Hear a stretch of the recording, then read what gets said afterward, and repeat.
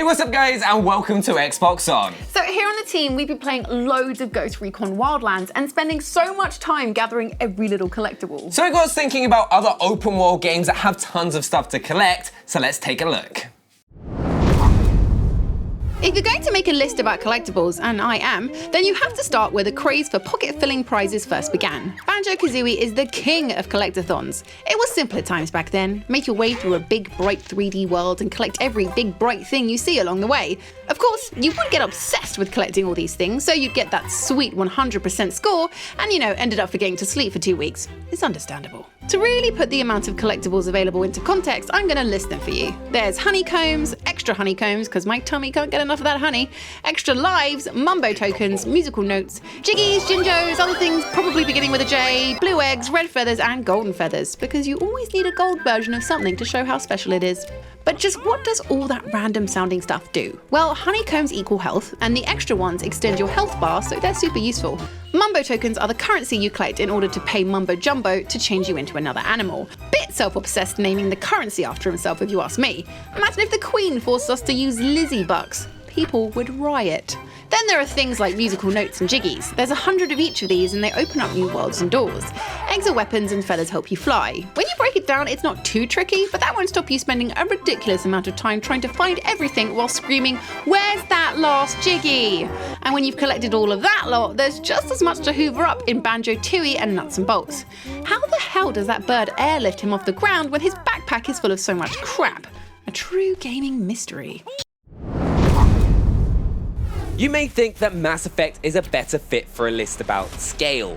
It gives you the entire universe to hunt for items in after all, but Dragon Age Inquisition manages to cram a stupid amount of collectible items into one fantasy world. There are shards of mosaic to help you decorate your castle, bottles of booze to fill its cellars, and an ever-growing list of landmarks to uncover. You spend so much time sticking flags into famous locations that you sometimes feel more like a tour guide than a legendary hero. The big quest, however, is the search for shards, a collection of mystical doodads scattered across the massive world. Many are easy enough to find, the game's map screen lets you place handy beacons, but getting to them can require some creative use of the Inquisitor's slightly wonky jump. Yes, he can seal mystical rifts with the power of his magical fist, but he's slightly less sure of himself on a balancing beam. You'll forgive his slightly messy recovery methods, however, when you see what lies in store. The shards aren't meaningless items, but let you open doors in a huge temple in the Forbidden Oasis. What lies in store? Why, more collectibles, of course. And no, sadly, it isn't a bottle of wine for the collection. Damn it.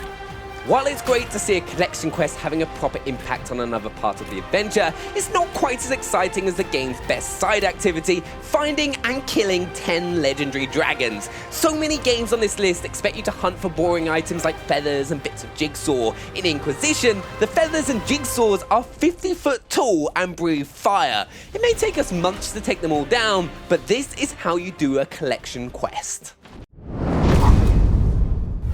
When it comes to collectibles, you can't be a good RPG. Their whole hook is that you do side missions, collect loads of random bits and bobs, and then use those bits and bobs to level up things so that you can go and do more side quests. It's a never-ending spiral of collecting, one that loops more and more the bigger the world gets. And worlds don't get much bigger than Final Fantasy 15.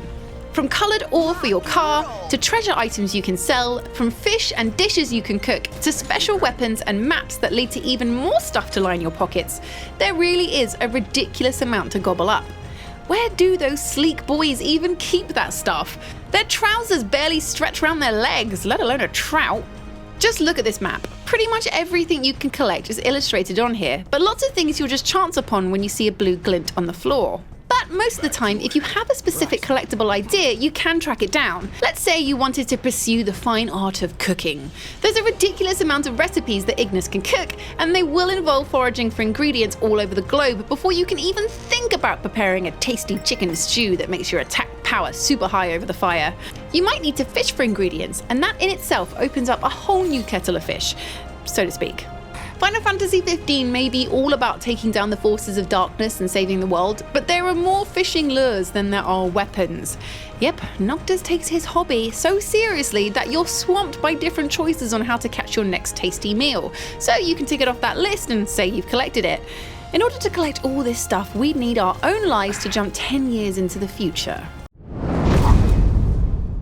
If you've played any LEGO game, then you'll know they are basically impossible to finish. There are more collectibles than there are LEGO bricks in the entire world. Combine Traveler's Tales' love of trinkets with the Avengers films, some of the longest movies ever to numb our bums, and it's a recipe for a lifetime of item hunting. You have to just take a look at the minimap to see how stuffed the world is with things to find. Every single one of those flashing dots is another item on your list of chores. This might mean racing around New York in order to unlock a vehicle, a task you can cheat your way through with a burst of Quicksilver speed, or maybe you have to fly around the skyline trying to win an aerial vehicle that probably pales in comparison to the superhero you are using to fly around the skyline. Take to the streets and there are loads of weird comic heroes asking for help in exchange for their services. And that's the real time killer in LEGO Marvel Avengers. In order to unlock the gold bricks hidden around the city, you have to first unlock the characters who can solve the puzzles. I mean, look at that character select screen. It's like, where's Wally for superheroes? I should be given a gold brick just for finding the character I'm looking for, let alone using them in the actual world. I've been playing this since launch and my save file says it's only 43.8% complete. If reaching 100% doesn't reward me with a special sneak peek at the next Guardians of the Galaxy film, there's going to be hell to pay. My gold brick collection will cover the bill. It's fine. Ah, good old Lara. She may have a very serious expedition on her hands where she'll be fighting the elements to stay alive and taking down evil that threatens her very existence. But that doesn't stop her from picking up every little scrap of paper and rubbish she finds along the way. Just where is she storing it all? Yep, if you want to strip the world of every shiny doodad, then Rise of the Tomb Raider is another time guzzler. I think you could actually start and finish a real-life archaeology degree in the time it takes to tick off all of Lara's side activities. Firstly, you're going to want to pick up specific maps because they highlight on the overall map where a lot of collectibles are. Explorer satchels will reveal where loot is in the area, and monoliths will reveal coin caches. That's right, to find the things, you've got to find some more things to show you where the things you need to find are. We are truly down the rabbit hole now. And hey, there's a collectible mushroom down here. Thanks, rabbit hole. Put it into perspective, there's over 50 relics and 200 documents. The relics will be things like jewelry and tools, where the documents will help you piece together the story and also understand other languages. You'll need these to unearth all of the game's secrets, so there's a good incentive to collect them all. So many of the collectibles on this list are just trinkets for the sake of trinkets, so at least Lara offers something in exchange for eating your life. And whilst you're at it, make sure to collect all the goods to upgrade Lara's weapons too. It's all very good and well running around with 200 pieces of paper, but you're gonna need something to attack the bad guys with too. To be fair though, 200 sheets of A4 would make for one pretty mean paper cut. One for the sequel, huh, Crystal Dynamics?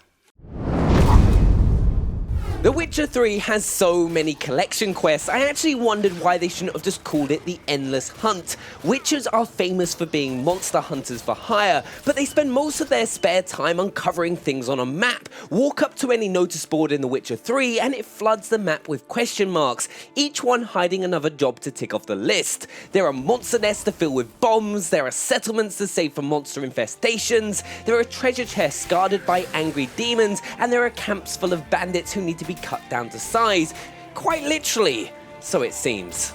But all of these activities pale in comparison to the real focus of The Witcher 3, collecting Gwent cards. Who was to know that stumbling into a conversation in the starting area would trigger a collection quest longer than the main storyline, the search for a full deck of Gwent cards. After a brief tutorial from a nerdy card fanatic, Geralt begins his true life's work, thrashing anyone stupid enough to challenge him to a game of Gwent and rinsing them of their ultra-rare cards. If you're playing now, I'll stake the unique card from my collection. What makes this a particularly challenging quest are the various cards that can only be gained at specific points in the story before they vanish forever. Rescue a handful of cards from Gwent thieves in Novigrad and you can choose to take gold as a reward, kissing that complete deck goodbye. Or maybe you'll enter the high stakes Gwent tournament and fail to get past the first round, cutting you off from rare treats later on. It's kind of crazy to think that it's easier to defeat the Wild Hunt than it is to collect a handful of decorated cardboard. 150 hours in and our producer Matt is yet to get a complete deck. That's a crazy amount of time. Don't let him find out about the standalone Gwent game. There are even more of the things to collect. Kiss your social life goodbye. The Assassin's Creed Ezio collection allows you to revisit that hunk Ezio's adventures in Italy, and along with it, you can collect all those goods you collected the first time round. Hooray! So I'm going to focus on Brotherhood because as far as I'm concerned it's the best, but most of the collectibles feature in other games too. Now one thing instantly springs to mind with Assassin's Creed and that's feathers. Well, that and that annoying guy Desmond, but you can't collect loads of him thankfully. Feather collecting was something I became obsessed with in Assassin's Creed 2, with 100 of the things dotted around the gorgeous towns. You barely even notice them if you weren't actively searching, and there's 10 to find in the massive city of Rome. If you ever find yourself on holiday in Rome and see a magical feather glinting from some distant guttering, it's only because I didn't have the willpower to hunt it down. You'll also be collecting Borgia flags, which is your way of saying nah nah nah nah nah to your enemy. But unfortunately, there's 101 of them. Yeah, but you've got a lot of enemies. I'm not sure if I was minted like the Borgias that I'd get hung up on a little bit of flag theft, but I guess you have to pick your fights. Along with these, you'll be collecting treasure chests and hidden artifacts galore, and of course there's a ridiculous amount of those lying around too. The great thing with the Ezio collection is it takes 3 games with enough individual collectibles to last a lifetime and brings them into one impossible package.